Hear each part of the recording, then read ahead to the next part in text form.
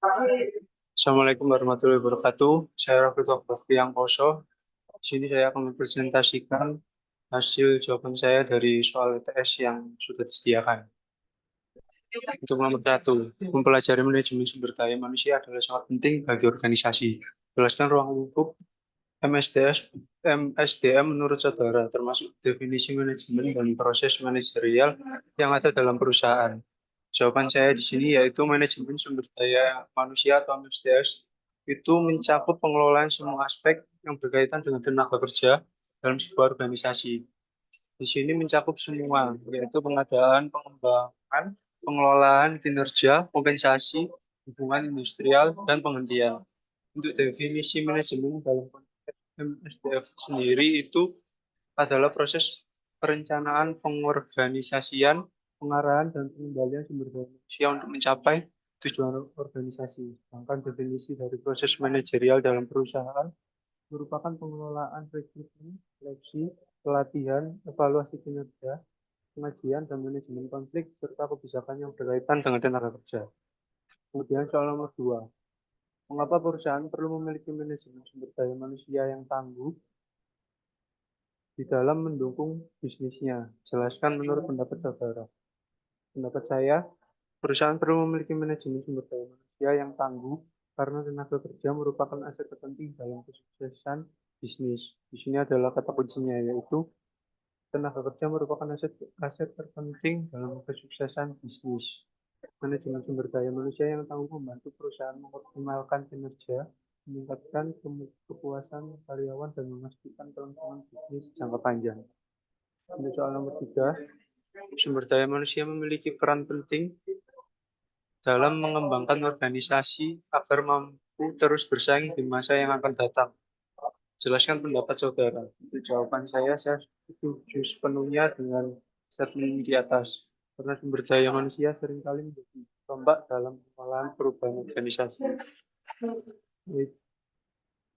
Tetapi dengan mempertimbangkan beberapa aspek, yaitu dengan komunikasi yang efektif, pelatihan, dan dukungan. Sumber daya manusia dapat membantu mengurangi resistensi terhadap perubahan dan memastikan implementasi yang sukses. Kemudian soal nomor 4, bagaimana cara menstruktur organisasi yang baik dan berikan contoh organisasi perusahaan menurut saya. Untuk menyusun struktur organisasi yang baik, ada beberapa langkah penting, yaitu ada 6. Yang pertama, identifikasi tujuan dan strategi. Yang kedua, analisis fungsional.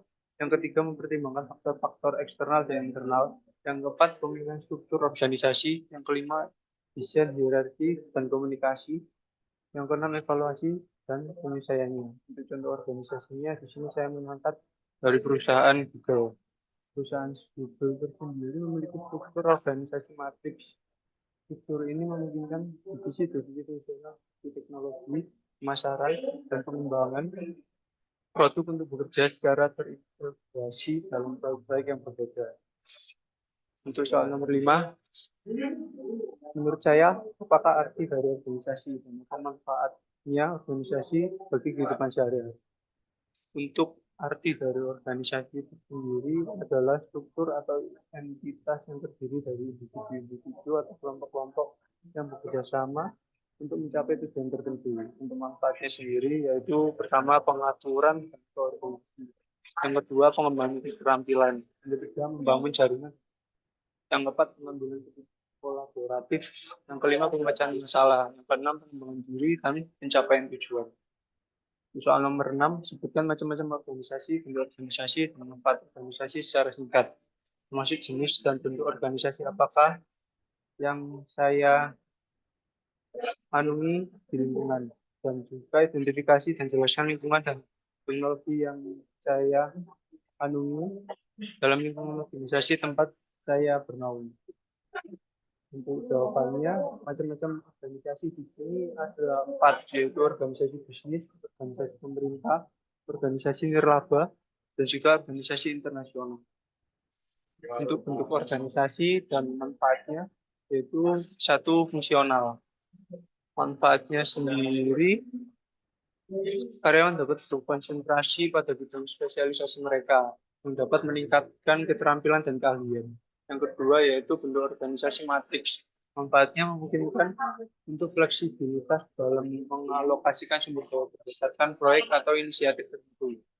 Yang ketiga adalah divisi.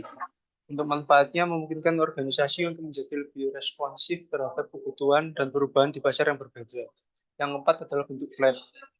Manfaatnya sendiri, komunikasi antara tingkatan manajemen dan karyawan operasional menjadi lebih langsung dan cepat. Yang kelima adalah bentuk hierarkis. Manfaatnya sendiri memberikan jalan yang jelas untuk aliran komunikasi dan keputusan dalam organisasi.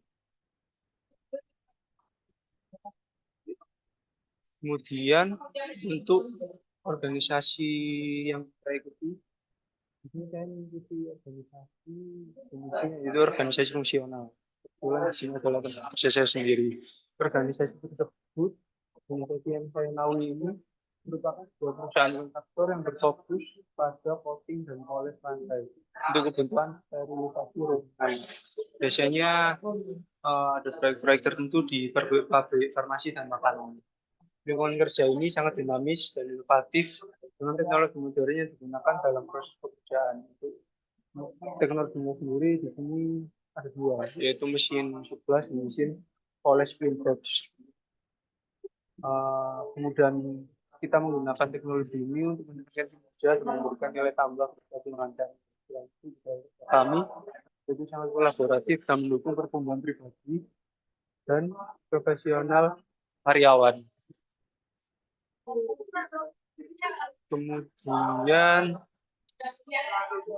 untuk soal nomor 7 di sini saya gambarkan visi misi, tujuan dan susunan struktur organisasi yang saya ikuti. Untuk visinya sendiri yaitu memberikan solusi gemilang untuk memenuhi kebutuhan klien dengan standar kinerja dan daya tahan terbaik dengan harga yang pantas. Untuk misinya ada 4.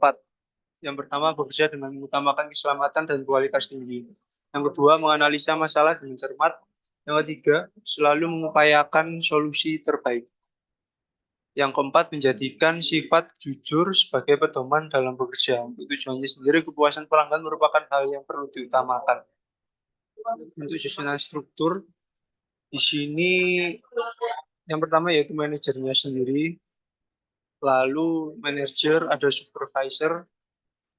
Supervisor ini ada menaungi 3 bagian posisi. Yang pertama adalah sales, yang kedua admin, yang ketiga adalah technical. Kebetulan saya berada di posisi technical.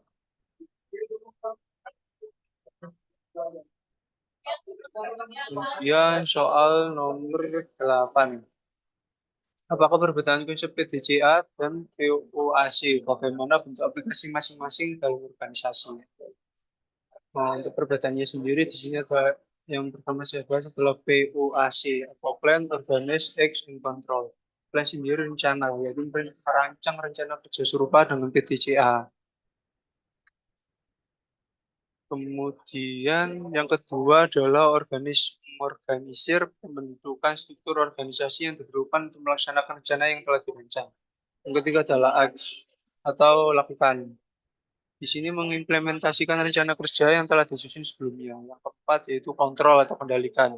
Di sini pemantauan kinerja, pengukuran hasil, dan pengambilan tindakan korektif atau pencegahan untuk memastikan bahwa tujuan yang ditetapkan tercapai. Untuk bentuk aplikasi dari POAC sendiri, yaitu terfokus pada pengorganisasian dan pengendalian sumber daya yang diperlukan untuk mencapai tujuan organisasi. Yang kedua adalah PDCA atau Plan, Do, Check, Action. Yang pertama adalah plan atau rencana, merancang rencana kerja untuk mencapai tujuan tersebut. Yang kedua, do atau lakukan, implementasi rencana kerja yang telah dirancang sebelumnya. Yang ketiga adalah cek atau periksa, mengevaluasi hasil dari tindakan yang dilakukan dalam tahap 2. Yang keempat adalah tindak lanjut. Di sini pengambilan tindakan untuk memperbaiki masalah yang terjadi. Untuk aplikasinya, di sini melibatkan siklus kelanjutan dari perencanaan, pelaksanaan, evaluasi, dan perbaikan. Sebenarnya untuk dari 2 perbedaan konsep ini, untuk yang PDCA ini, dia lebih ke perencanaan, pelaksanaan, evaluasi, dan perbaikan. Kalau yang di POAC ini lebih ke organisasinya. Kemudian soal nomor 9, kompetensi atau kinerja organisasi tergantung dari kualitas SDM-nya. Jelaskan pendapat saya. Menurut saya, kualitas SDM adalah faktor kunci yang menentukan kinerja organisasi. Ini adalah kata kuncinya, faktor kunci yang menentukan kinerja organisasi. Oleh karena itu, seharusnya atau sebaiknya organisasi berinvestasi dalam pengembangan dan pengelolaan SDM organisasi itu sendiri, termasuk rekrutmen, pelatihan, pengembangan karir, dan penghargaan untuk mencapai kesuksesan jangka panjang. Kemudian soal nomor 10, berikut siklus hidup sebuah organisasi, jelaskan menurut sudut pandang saya. Ini di sini sendiri kan ada siklus organisasi, mulai dari formasi, pertumbuhan, kedewasaan, sampai kemunduran. Kalau dari siklus ini, semua organisasi saya rasa nggak mau untuk berada di fase kemunduran. Jadi menurut sudut pandang saya, kurva di samping merupakan siklus yang dialami semua organisasi. Semua organisasi akan mengalami siklus ini. Oleh karena itu, untuk mencegah organisasi dalam memasuki fase kemunduran adalah sebelumnya organisasi merancang sedemikian rupa untuk menghindari atau mengurangi risiko yang kemungkinan terjadi pada saat organisasi berjalan. Lalu mengevaluasi rancangan sebelumnya merupakan hal yang dilakukan supaya dapat mengetahui kelemahan dari rancangan sebelumnya dan mencari solusi dari permasalahan tersebut. Hal ini dilakukan untuk mencegah organisasi mengalami fase kemunduran di sini. Sekian presentasi dari saya. Terima kasih.